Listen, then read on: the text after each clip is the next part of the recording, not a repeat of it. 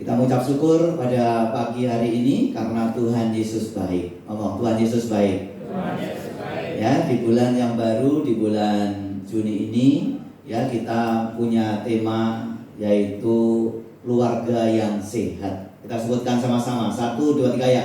Keluarga yang sehat. Kalau bulan Mei kemarin kita berbicara tentang karakter Kristus.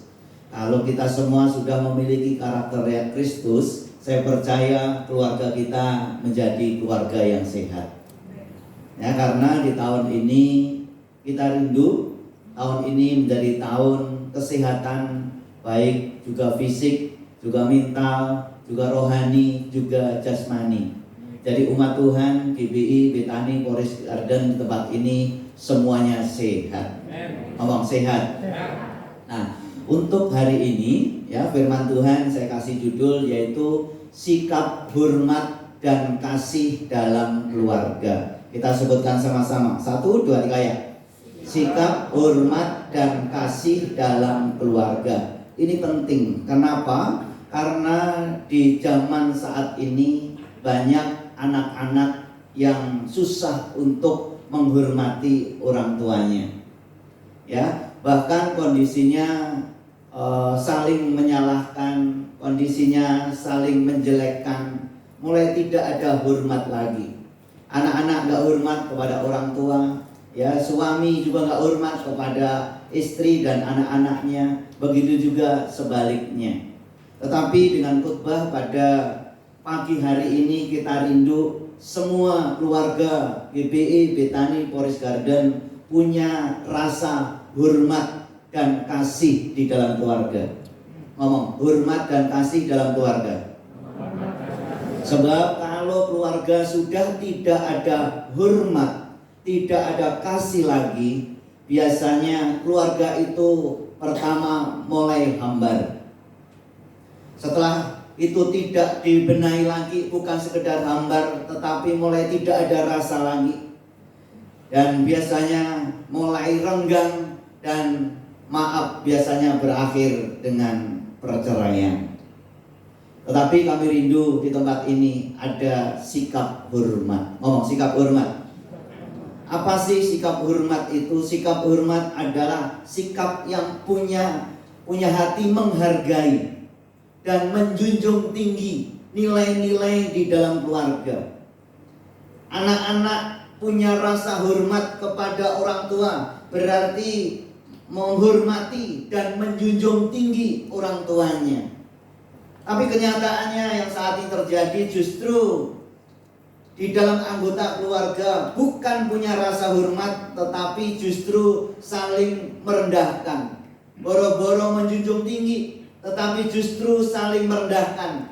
Tetapi saya percaya kita di semua di tempat ini punya rasa hormat. Ngomong, rasa hormat. Ya, jadi kita harus punya sikap hormat dan kasih itu harus ada. Ya, semua hormat yang kita lakukan, ya, pengorbanan yang kita lakukan di dalam keluarga itu bagus. Tetapi kalau tidak didasari kasih, semuanya tidak ada gunanya. Ya, semuanya tidak ada faedahnya. Oleh sebab itu kita rindu sikap hormat dan kasih ini benar-benar beriringan di dalam keluarga. Ngomong beriringan.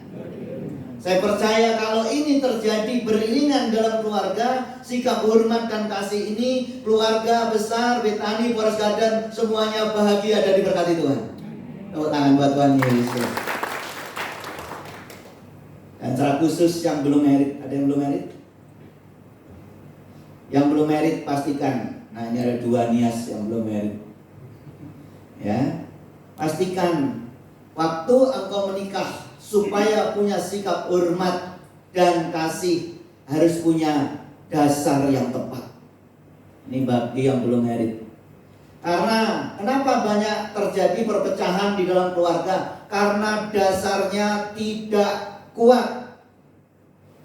Seperti firman Tuhan katakan, kalau keluarga dasarnya itu hanya pasir, ya kelihatannya bagus semuanya indah, tetapi waktu ada goncangan, diterpa angin, ada banjir, maka rumah itu ambruk dan hebatlah kerusakannya. Kenapa? Karena dasarnya tidak kuat.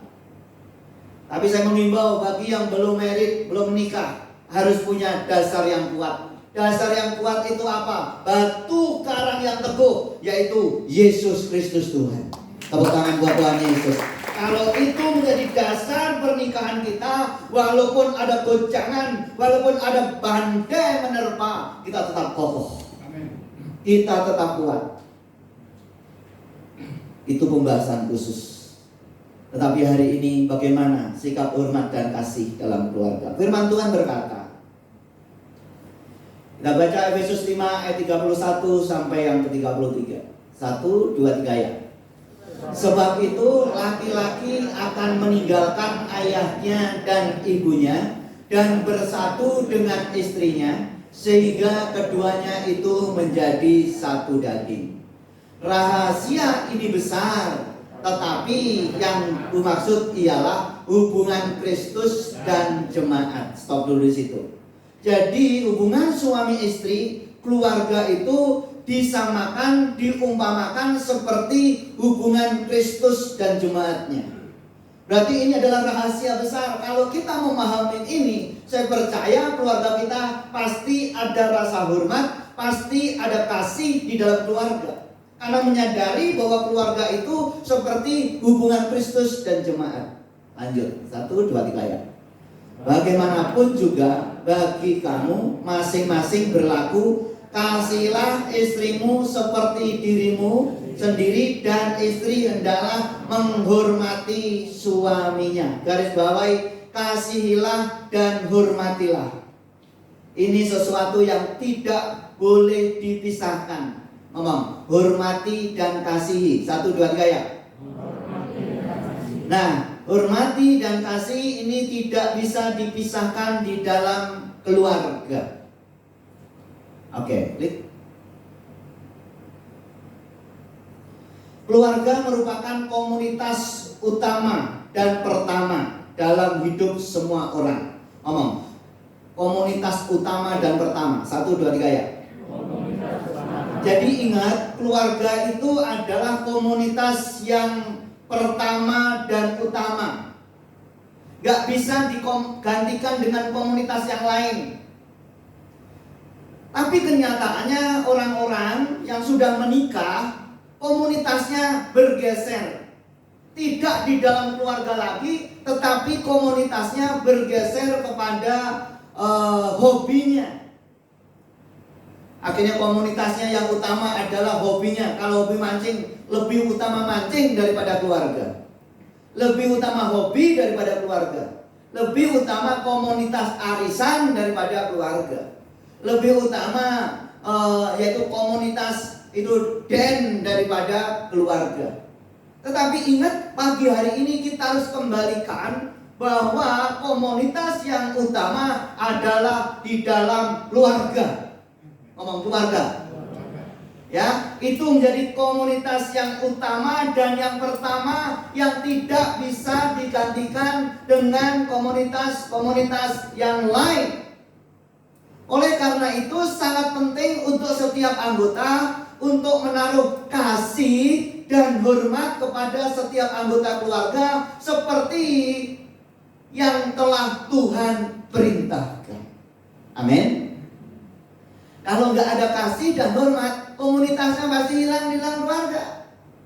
Tetapi kalau kita menyadari bahwa keluarga itu komunitas yang pertama dan yang utama, seperti hubungan antara Kristus dan jemaatnya, maka kita bisa menghargai, menghormati di dalam kasih dalam keluarga. Nah, oleh sebab itu apa yang harus kita lakukan supaya hormat dan kasih di dalam keluarga itu nyata dalam kehidupan kita? Yang pertama adalah, baca sama-sama, 1, 2, 3 ya. Suami mengasihi istri seperti Kristus mengasihi jemaat. Nah ini penting. Biasanya yang sering kita bahas hanya sekedar suami mengasihi istri, titik. Tetapi akan jadi lupa kalau nggak menyadari seperti, ngomong seperti. Nah, ini yang paling penting. Di seperti ini, seperti Kristus mengasihi jemaatnya. Bayangkan kasih seorang suami kepada istri itu digambarkan seperti Kristus mengasihi jemaatnya. Jadi begitu luas dan begitu besar sekali. Firman Tuhan berkata, Efesus 5 ayat 25. 1, 2, 3 ya. Hai suami, kasihilah istrimu sebagaimana Kristus telah mengasihi jemaat dan telah menyerahkan dirinya baginya. Wah, ini dasar. Kalau ini firman Tuhan ini kita lakukan, saya percaya kasih dan hormat, kebahagiaan di dalam keluarga pasti nyata dalam kehidupan kita. Hai suami, kasihilah istrimu sebagaimana Kristus telah mengasihi jemaat dan telah menyerahkan dirinya baginya. Kristus bahkan kasih suami kepada istri seperti Kristus kepada jemaatnya. Bahkan kalau seperti Kristus kepada jemaatnya seperti apa? Kristus kepada jemaatnya, dia menyerahkan dirinya bagi jemaatnya. Maksudnya apa? Itulah yang Tuhan mau. Kasih suami kepada istrinya seperti Kristus kepada jemaatnya, yaitu rela berkorban. Ngomong rela berkorban. Bahkan rela menyerahkan dirinya, berkorban segala-galanya buat istrinya. Seperti Tuhan Yesus rela mati buat jemaatnya, ya karena kasihnya itu. Begitu juga kalau kita dalam keluarga mau ada hormat dan kasih, ingat suami harus rela berkorban buat istrinya. Oh ya Pak, dulu waktu saya belum nikah, semua saya korbankan. Tapi kenyataannya setelah menikah istrinya menjadi korban. Pengorbanannya hilang. Tapi Tuhan gak mau seperti itu. Tuhan mau kita tetap rela berkorban. Apakah saya sudah? Belum. Prosentasenya juga belum banyak. Contohnya kenapa belum banyak? Istri saya kurang piknik. Kalau mau jalan-jalan kadang-kadang males. Masa begitu saja gak rela berkorban? Tapi puji Tuhan kemarin saya ajak ke Lotema.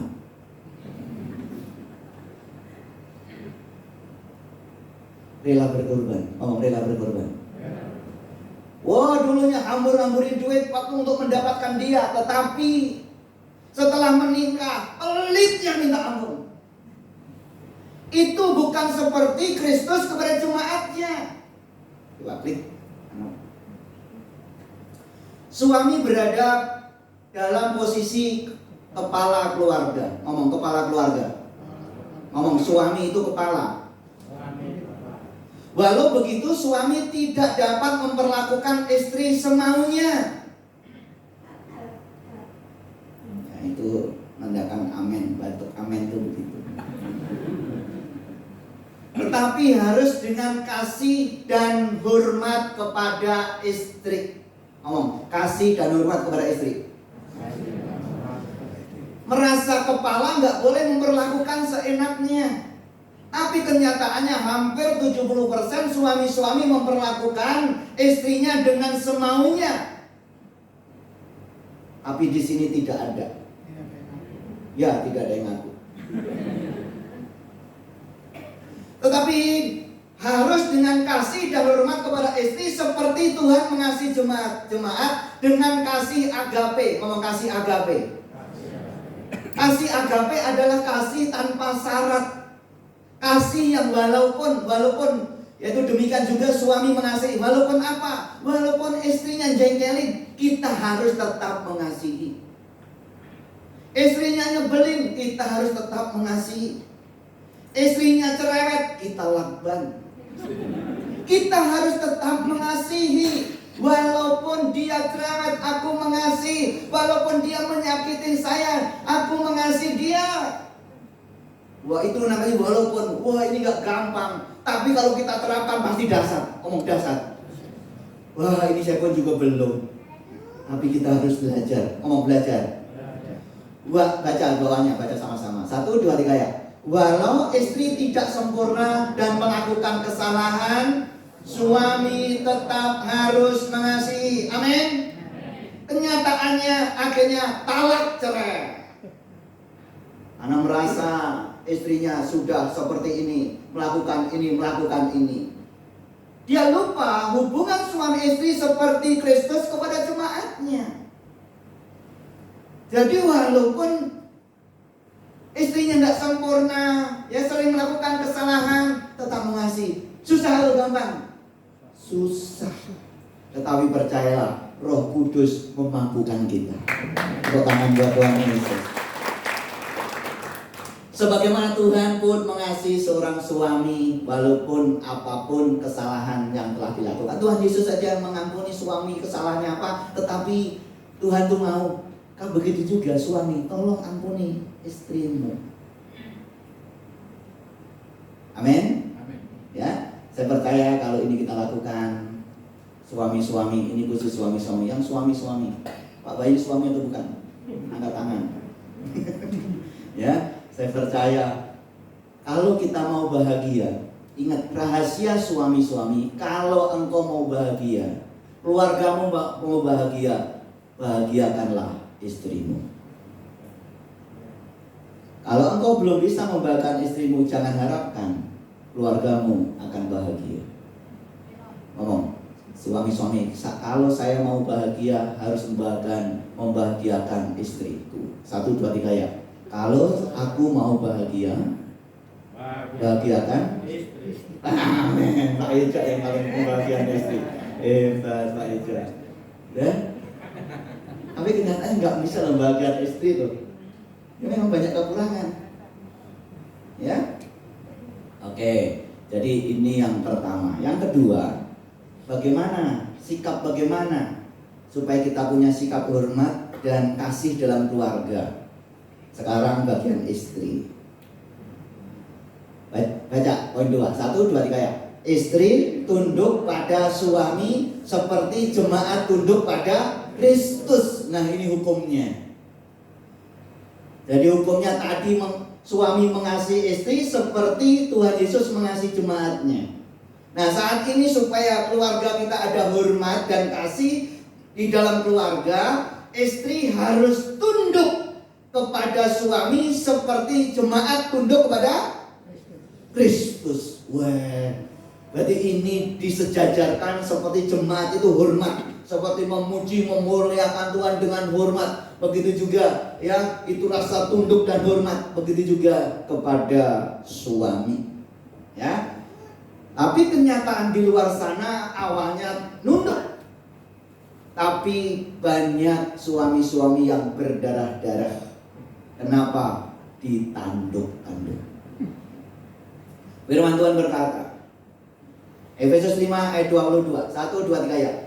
Hai istri, tunduklah kepada suamimu seperti kepada Tuhan. Tunduknya seperti kita tunduk kepada Tuhan.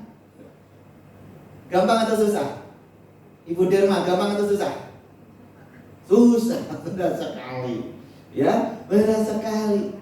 Ya, tetapi saya percaya kalau firman ditulis pasti kita bisa lakukan. Tepuk tangan buat Tuhan Yesus. Haleluya. Tunduk adalah sikap hati, ada rasa hormat dan kasih. Ya, coba. Klik. Baca sama-sama. 1, 2, 3 ya. Seorang istri memiliki peran sebagai penolong dan yang tunduk pada suaminya. Jadi ingat, peran istri adalah sebagai penolong, bukan perongrong, apalagi penodong. Kalau keluarga kita mau ada kasih dan hormat dalam keluarga, peran ini harus dilakukan bahwa istri adalah penolong yang tunduk kepada suaminya. Karena kebanyakan penolong itu semaunya yang menolong. Tetapi penolong yang dimaksud adalah walaupun engkau sebagai penolong tetap tunduk kepada suami. Walaupun suaminya memiliki juga kelemahan, tetapi istri tetap harus tunduk pada otoritas suami. Susah tuh enggak? Ini yang terjadi di keluarga saya. Awal-awal saya ini tipenya plekmatis sanguin, Ibu Tutik adalah kolerik melankolis, gak nyambung. Biasanya yang gak nyambung itu jodoh dari Tuhan yang saling melengkapi. Nah biasanya kalau kolerik itu adalah orang dominan. Biasanya kalau orang yang istrinya dominan, biasanya istri berkuasa atas suami. Dan suami di bawah ketiak istri. DKI. Kenapa bisa seperti itu? Karena dia merasa karakter dasarnya memang dia dominan. Dan apalagi itu juga dimiliki oleh Bu Tuti. Dan saya pragmatis. Akhirnya apa? Bu Tuti jadi sering marah sama saya. Dia katakan, kamu itu lelet, gak bisa ngambil keputusan. Wah, ya memang seperti itu. Kalau itu terus bablas, nggak akhirnya dekat kepada Tuhan, nggak menyadari ini, pasti yang berkuasa, yang tunduk bukan istri, suami yang tunduk kepada istrinya. Tapi puji Tuhan, Ibu Tuti itu sudah orangnya cantik, tetapi baik hati. Oh, tangan buat Tuhan. Sehingga dia menyadari itu, walaupun dia itu orangnya keputusan harus tepat, harus begini. Tapi dia sekarang setelah menyadari ini selalu tanya saya dulu. Baru kita putusin sama-sama. Oke, saya putuskan ini. Walaupun kadang-kadang nggak sesuai dengan keputusan dia, tetapi waktu setelah saya putuskan dia ikut. Itu namanya rasa hormat dan kasih di dalam keluarga. Tepuk tangan buat Tuhan Yesus. Saya juga nggak gampang. 5 tahun pertama itu benar-benar neraka. Tapi setelah 5 tahun seterusnya sampai sekarang, surga ada di dalam keluarga saya. Tepuk tangan buat Tuhan Yesus. Haleluya. Ya, oke. Hal ini karena Tuhan yang telah memberi peran tersebut untuk dihormati. Memang Tuhan sudah taruh bahwa suami itu harus dihormati, bukan dicaci maki. Walaupun suami bukan orang yang sempurna atau memiliki penghasilan yang lebih, bahkan suaminya lebih rendah daripada istri, seorang suami tetaplah kepala keluarga. Walaupun istrinya punya gaji tinggi, bukan artinya kedudukan kepalanya dirubah. Ingat, kalau strukturnya dirubah, ya, struktur keluarga dirubah, itu adalah awal kehancuran di dalam keluarga. Istri harus taat kepada suami seperti jemaat tunduk kepada Tuhan Yesus. Wah, ini hebat nih ya. Kenyataannya sekarang, ya, banyak suami-suami, istri-istri yang penghasilannya lebih. Dan ada beberapa saya melihat orang-orang yang punya istri, punya penghasilan lebih, suaminya menjadi minder. Suaminya menjadi takut sama istrinya. Karena apa? Karena merasa istrinya lebih, memperlakukan suaminya dengan tidak baik. Dan saya melihat, dan saya beberapa survei, saya survei sendiri, suami-suami yang seperti itu jadi linglung, mukanya nggak beres, takut, jadi begini. Kenapa? Dijajah istri. Ngomong kiri kanannya, saya tahu itu.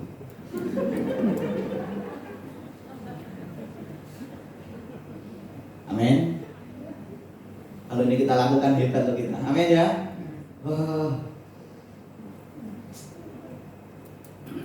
Jadi suamimu modelnya seperti apa? Mungkin pemabuk, penjudi. Bahkan engkau berkata, Pak, bukan sekedar penjudi pemabuk, tapi dia sudah nggak punya model.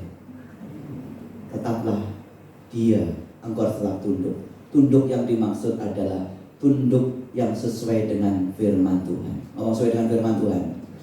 Kalau kita disuruh untuk melakukan hal yang tidak sesuai dengan firman Tuhan, kita bisa sampaikan dengan baik. Tapi kalau memang sudah sesuai dengan firman Tuhan, kita harus hormati kepada suami, tunduk. Amin. Ya, Nita bulan Desember mau ngarit. Yang ketiga, bagaimana supaya sikap hormat dan kasih dalam keluarga itu nyata? Yang ketiga, baca sama-sama. 1, 2, 3 ya. Anak taat dan hormat pada orang tua. Anak taat dan hormat pada orang tua. Ingat, kalau di dalam keluarga sudah tidak ada ketaatan lagi, anak sudah mulai, apalagi remaja-remaja sekarang sudah susah diatur. Main HP terus sampai pagi. Ya, waduh, kalau dikasih tahu melawan sama orang tua. Jangan harapkan keluargamu akan bahagia. Ada yang di sini bagus, itu Eben. Ya, Eben ini contoh anak muda yang luar biasa. Tepuk tangan buat Tuhan Yesus. Ya. Anak taat dan hormat kepada orang tua. Ngomong, taat dan hormat. Firman Tuhan berkata, Efesus 6 ayat 1. 1, 2, 3 ya. Hai anak-anak, taatilah orang tuamu di dalam Tuhan, karena haruslah demikian. Garis bawahi, haruslah demikian. Ternyata taat kepada orang tua suatu keharusan. Ngomong, keharusan. Bahkan supaya engkau diberkati dan panjang umur. Dan saya melihat orang-orang yang taat hormat kepada orang tua, hidupnya semua diberkati. Tetapi sebaliknya, orang yang akhirnya nggak punya rasa hormat kepada orang tuanya, banyak yang sengsara hidupnya. Mungkin boleh kelihatannya banyak duit, tetapi tidak pernah mengalami kebahagiaan. Tetapi ingat, kita semua pernah menjadi anak. Siapa yang di sini langsung muncul sendiri? Saya langsung muncul sendiri, Pak. Langsung saya pinggir jalan langsung ada.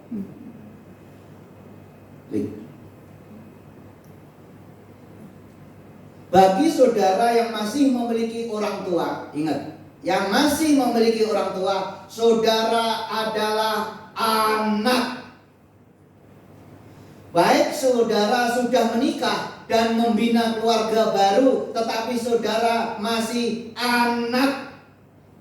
Kalau engkau masih punya orang tua, walaupun engkau sudah berkeluarga, engkau tetap anak. Walaupun di dalam keluarga keputusan harus sekarang mulai beralih di dalam keluarga yang baru, anak nggak boleh orang tua nggak boleh campur tangan. Tetapi untuk struktur ini adalah tidak bisa diubah. Engkau sudah menikah atau belum? Kalau engkau masih punya orang tua, engkau adalah anak. Ngomong, anak. Nah, kalau kita menjadi anak, jangan kita lupakan orang tua. Tetapi hormat dan urus segala keperluan orang tua di hari tua. Nah, coba yang garis miring yang saya tebelin, baca 1, 2, 3 ya. Jangan kita lupakan orang tua, tetapi tetap hormat dan urus segala keperluan orang tua di hari tua. Kenapa ini saya sampaikan? Karena di luar sana banyak orang yang sudah lupa dengan orang tuanya setelah menikah. Sehingga ada istilah seperti ini. Istilah dunia berkata, seorang ibu bisa mengurus 10 orang anaknya, tetapi 10 orang anak belum tentu bisa mengurus 1 orang ibu. Anaknya banyak, ibunya menderita. Ini namanya keterlaluan. Terlalu. Tetapi bagi umat Tuhan di tempat ini tidak ada yang seperti ini. Semuanya hormat kepada orang tua. Hormat kepada orang tua. Ingat sebagai anak-anak, jangan kita lupa pada orang tua. Apalagi kalau anak sudah mulai diangkat derajatnya tinggi, sudah punya kedudukan tinggi, akhirnya biasanya apalagi orang tuanya tidak punya, tidak mampu, akhirnya biasanya menghina orang tuanya. Suatu kali ada kesaksian, orang adiknya, dia sebagai anak pertama sudah mampu, salah satu direktur tinggi, ya, di developer. Dia punya adik dan orang tuanya itu miskin. Adiknya mau merit, tapi waktu merit diputuskan bahwa yang biayai dari keluarga suami, dan keluarga suaminya yang mau menikah itu juga sederhana. Dan akhirnya anak yang tadi berhasil ngomong ke bapaknya, nanti gimana meritnya? Ya sederhana seperti yang maunya calon suami. Akhirnya anaknya mau ngomong apa? Itu menjatuhkan harga diri saya. Memang dirimu harganya berapa? Ini mempermalukan saya. Akhirnya bapaknya keceplosan, dia ngomong, kalau engkau sombong, kalau engkau tinggi hati, tidak akan bertahan lama pekerjaanmu. Hati-hati loh. Ingat bagi kita, kalau engkau diberkati harus tetap sayang pada orang tua. Yang setuju angkat tangan. Ya udah, berarti udah oke. Dan urus segala keperluan orang tua sampai hari tua. Ngomong, urus keperluan orang tua. 1, 2, 3 ya. Apakah saya seperti itu? Saya belajar seperti itu dari sebelum merit. Bahkan setelah merit harus ada rembukan dari suami istri supaya nyambung, supaya nggak jadi berantem.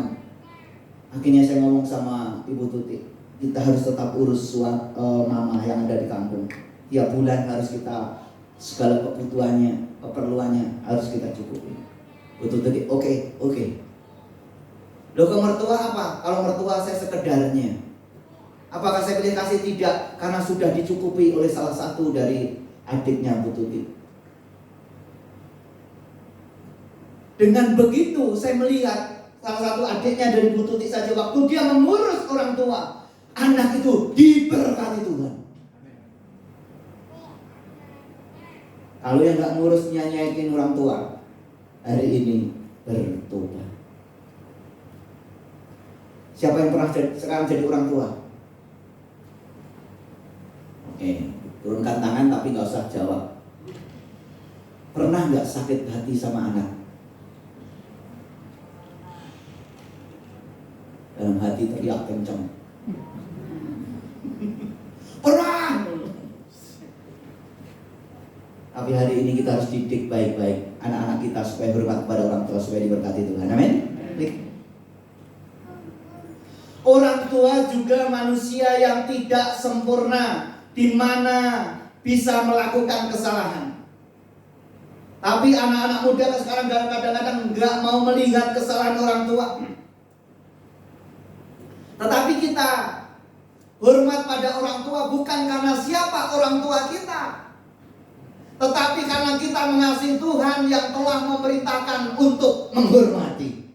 Saya menghormati orang tua bukan karena orang tua punya status sosial yang kaya. Saya menghormati orang tua bukan karena orang tua saya punya segala-galanya, tetapi orang tua saya mungkin saat ini sederhana atau kaya sekalipun, saya tetap menghormati karena itu adalah perintahnya Tuhan.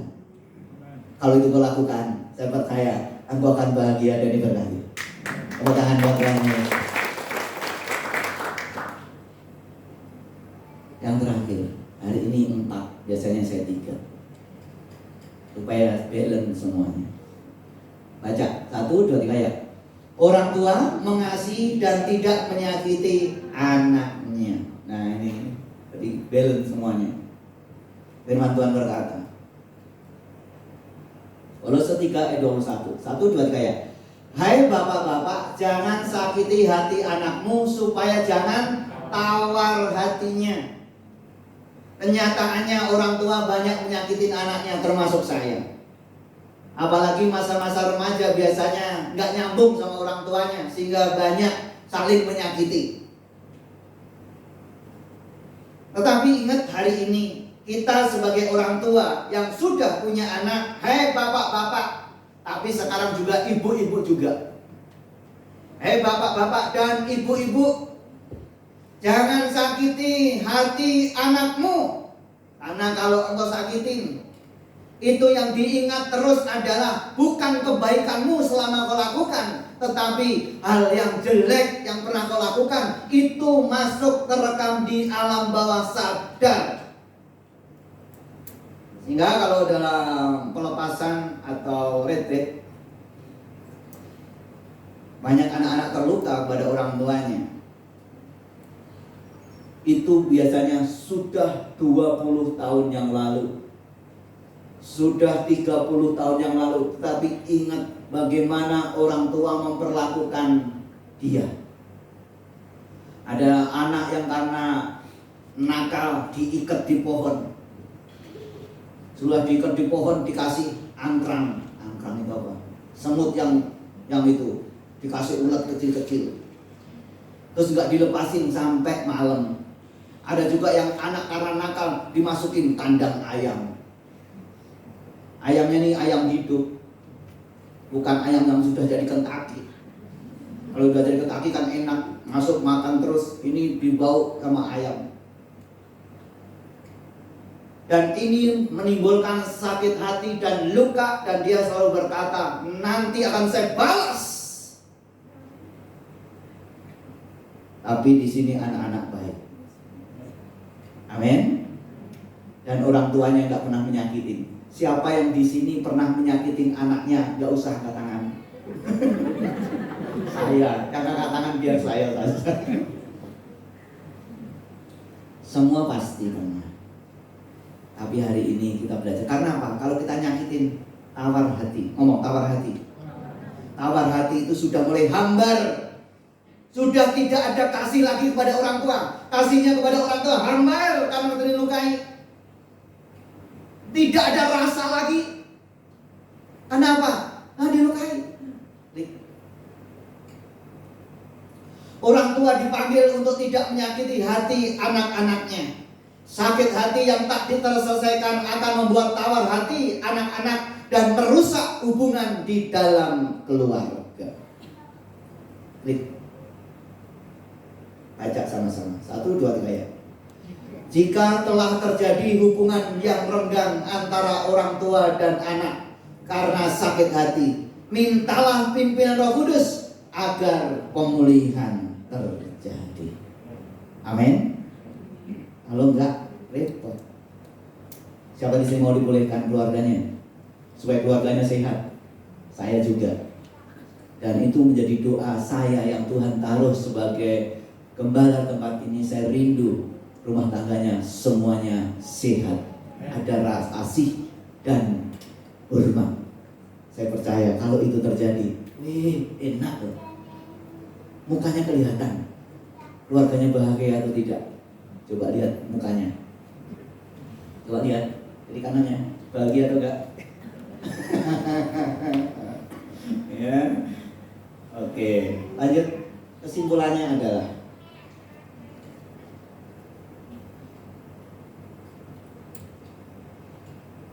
saya dulu pernah muda. Mudanya saya itu cepat, tuanya awet.